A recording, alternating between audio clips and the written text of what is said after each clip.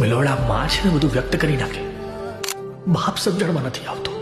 All the best Pandya. Pandya, yes.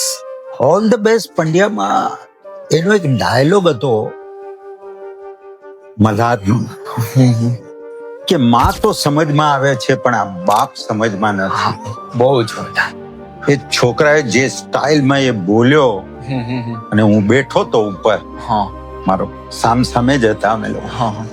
મારી આંખો ભરાઈ આવી. મારી એક આદત છે કે આજની એજમાં પણ કોઈ નવો એક્ટર હોય, મલ્હાર તો બહુ જ મોટો એક્ટર છે, પણ કોઈ નવો એક્ટર બી આવે અને એક સીન માટે આવે કે એક ડાયલોગ બોલીને જાય ને બરાબર બોલે કે એમાં કઈ નવું કરે તો મારા કાન ઉભા થઈ જાય છે. હું અમારે શીખવું જોઈએ.